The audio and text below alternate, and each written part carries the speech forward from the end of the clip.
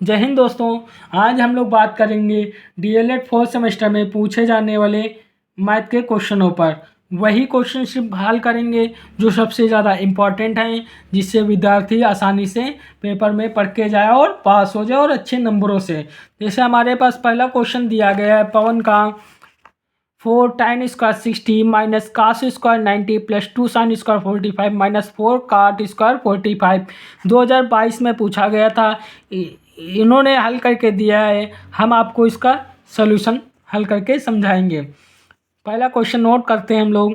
दिया है 4 tan square 60 minus cos square 90 plus 2 sine square 45 minus 4 cot square 45, जिसमें हम लोग बात करते हैं tan 60 का मान, tan 60 का मान कितना होता है √3। यहाँ स्क्वायर लगा है तो यहाँ स्क्वायर लगा देंगे, माइनस कास 90 का मान कितना होता है, कास 90 का मान होता है 0, तो जी स्क्वायर लगाए तो 0 का स्क्वायर, प्लस 2 इंटू साइन 45 का पूछ रहा है तो 45 का कितना होता है 1/√2 का स्क्वायर, माइनस काट 45 का मान कितना होता है 1 का स्क्वायर।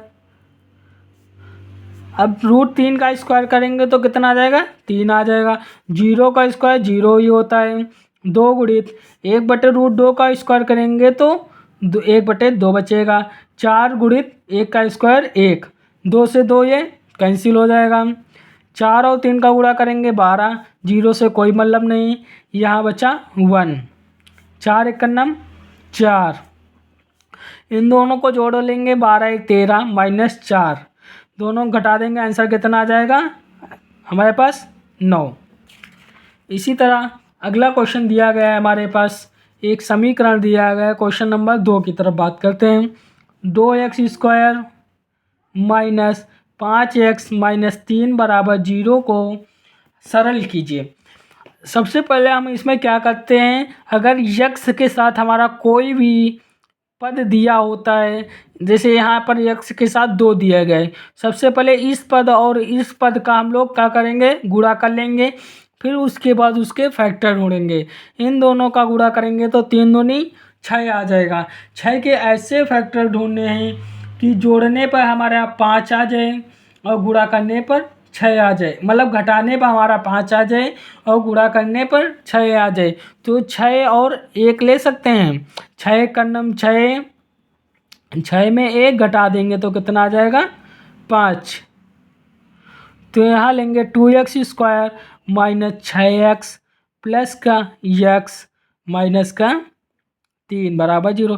इन दोनों में कॉमन करेंगे, इन दोनों में कॉमन करेंगे, इन दोनों में कॉमन होगा 2x, तो यहाँ बचेगा x माइनस 3। यहाँ कुछ कॉमन नहीं तो 1 कॉमन कर सकते हैं, x माइनस 3 इजकल टू 0। तो x माइनस 3 और ये बाहर वाला नोट कर लेंगे 2x प्लस 1 इजकल टू 0। दोनों को 0 के इक्वल कर देंगे तो x माइनस 3 इजकल टू 0, तो x बराबर कितना आ जाएगा 3।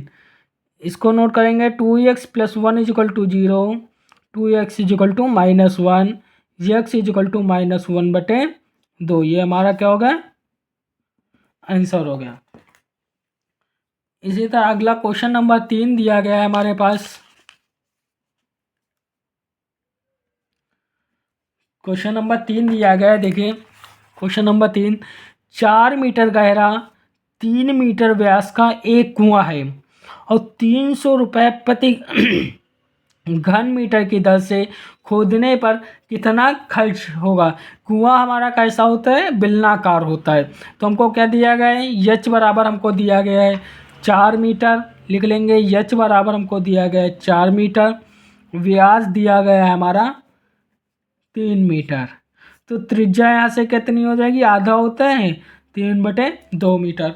बेलन का व्यास क्या होता है, बेलन का आयतन लगा देंगे, क्योंकि हमसे क्या कह रहा है खर्च पूछ रहा है, तो हमको फार्मूला पता है बेलन का आयतन बराबर, आयतन लगा देंगे तो क्या हो जाएगा आयतन बेलन का πr² h। पाई का मान कितना है 22/7, आर का मान कितना है 3/2, 3/2। एच का मान कितना है 4 है। हल कर लेंगे, 2 से काटेंगे 11 आ जाएगा, 2 से काटेंगे 2 आ जाएगा।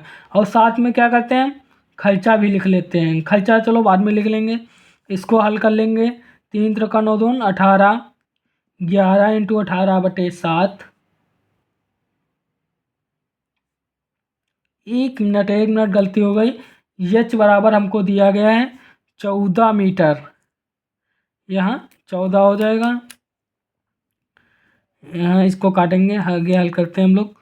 तो 2 से काटेंगे 7 आ जाएगा, 7 से 7 कैंसिल हो जाएगा, ये हो जाएगा 11 × 9, 99 मीटर क्यूब। अब इसका खर्चा पूछ रहा, खर्च कितना हमको दे रहा था यहाँ पर 99 गुणित 300 रुपये खर्च बता रहा था। इन दोनों का मल्टीप्लाई कर लेंगे, 29,700 रुपये, ये हमारा क्या हो जाएगा, आंसर हो जाएगा। इसी तरह अगले क्वेश्चन की तरफ बढ़ते हैं। क्वेश्चन नंबर 4 की तरफ बढ़ते हैं हम लोग। क्वेश्चन नंबर 4 दिया गया है हमारे पास, समीकरण 2x + 3y = 12, 3y = x को हल करना है। तो समीकरण दिया गया है हमारे पास, देखते हैं।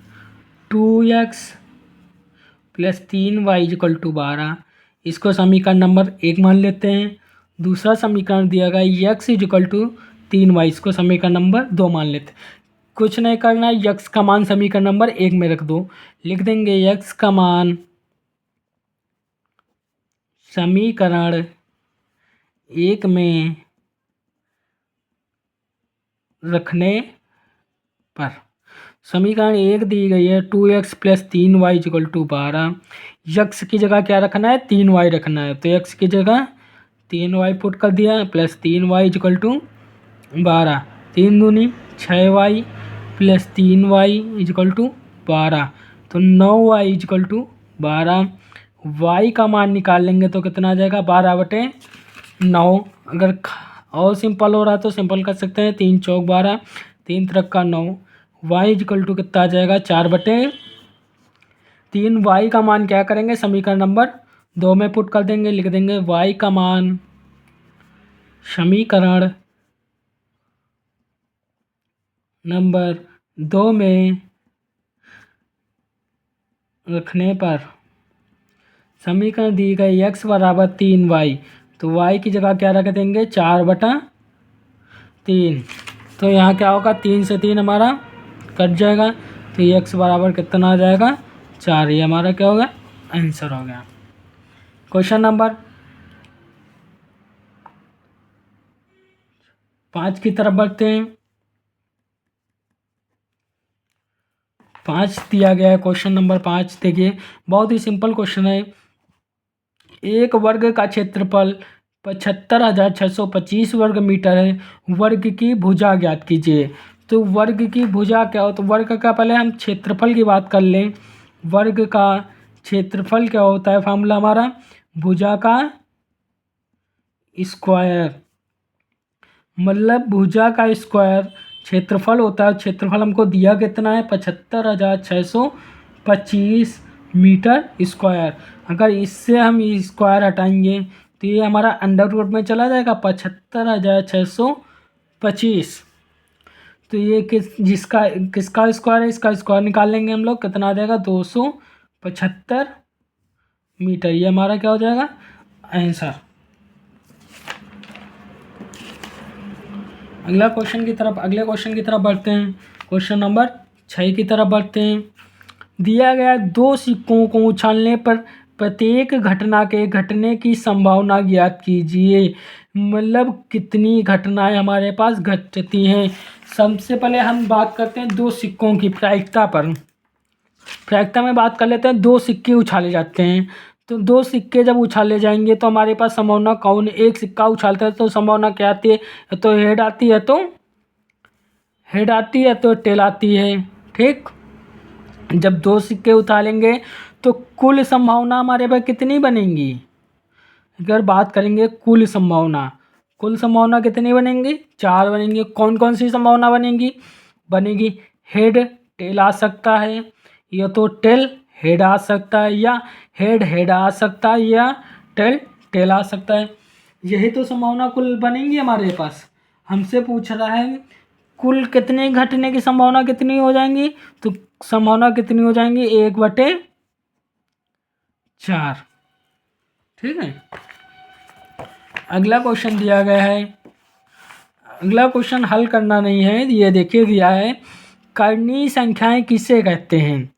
इसमें कुछ नहीं, इसको ऐसे ही पढ़ लेना है। ऐसी संख्याएं जिनका वर्गमूल, घनमूल, चतुर्थमूल, पंचमूल या एनवा मूल जो प्राकृतिक संख्या है, परिमेय संख्या नहीं होती, मतलब इसका स्क्वायर रूट नहीं निकलता है, वे सभी क्या कहलाते हैं, कर्णीय संख्याएं कहलाते हैं। अगले क्वेश्चन की तरफ बात करते हैं, क्वेश्चन नंबर 6 की तरफ।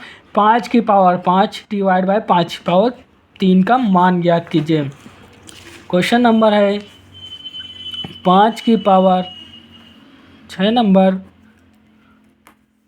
5 की पावर 5 डिवाइड बाई 5 की पावर 3 का मान पूछ रहा है हमसे। कुछ नहीं करना, कुछ बस डिवाइड मतलब क्या होता है, भाग देना है। इसको ऐसे लिख सकते हैं सिंपल तरीके में। अगर बात करें तो 5 कितनी बार है, 5 बार है, तो इसको हम ऐसे लिख सकते हैं 5 गुणित 5 गुणित 5। नीचे 5 कितनी बार है, 3 बार है, तो लिख लेंगे।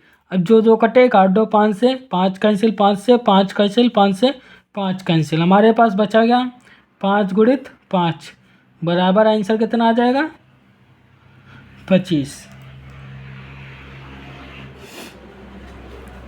अगला क्वेश्चन दिया है 29 का क्यूब और 26 का क्यूब का मान ज्ञात कीजिए। तो ये तो क्यूब आपको पढ़ने हैं। अगले क्वेश्चन की तरफ बढ़ते हैं। 125 को आधार 5 के घातीय संकेतन के रूप में किस प्रकार लिखा जाएगा। 125 को आधार और घात के संकेतन में लिखना है। देखिए क्वेश्चन नंबर 7 की तरफ बात करते हैं। दिया गया है 125 का हम सबसे पहले क्या करेंगे, फैक्टर निकाल लेंगे। 5 से काटेंगे, 5 दूनी 10, पचम 25 पे 5 से काटेंगे, पचम 25 पे 5 से काटेंगे, पचम 25। तो इसको हम क्या लिख सकते हैं, 5 की पावर 3 लिख सकते हैं। अब इसका घातांक पूछ रहा है और क्या पूछ रहा है, आधार पूछ रहा है। तो घातांक की बात करें, घातांक कितनी, घात कितनी हो जाएगी, 3 हो जाएगी। आधार कितना हो जाएगा, आधार तो हमारा ये है 5, यही हमारा आंसर हो गया। लास्ट क्वेश्चन की तरफ बढ़ते हैं। नेक्स्ट क्वेश्चन अगले वीडियो में हम बात करेंगे। अगला क्वेश्चन दिया गया है 14 गुणित 14 गुणित 14 गुणित 14 गुणित 14 को घात के रूप में व्यक्त कीजिए। टोटल कितने बार लिखा है, 6 बार लिखा है।